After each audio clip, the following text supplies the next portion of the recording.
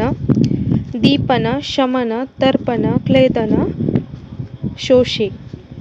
पाचन आणि शोधन जे आहे त्यामध्ये जे आपण 16 पार्ट ऑफ वॉटर आणि 1 पार्ट ऑफ द्रव्याला उकळवणार आहोत ते रिड्यूस कुठपर्यंत करायचे 1/4 पार्टपर्यंत।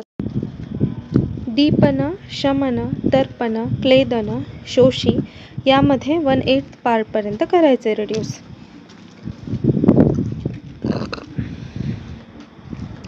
सेकंड टाइप मृदू द्रव्य, कठीण द्रव्य, मध्यम द्रव्य, अत्यंत कठीण द्रव्य।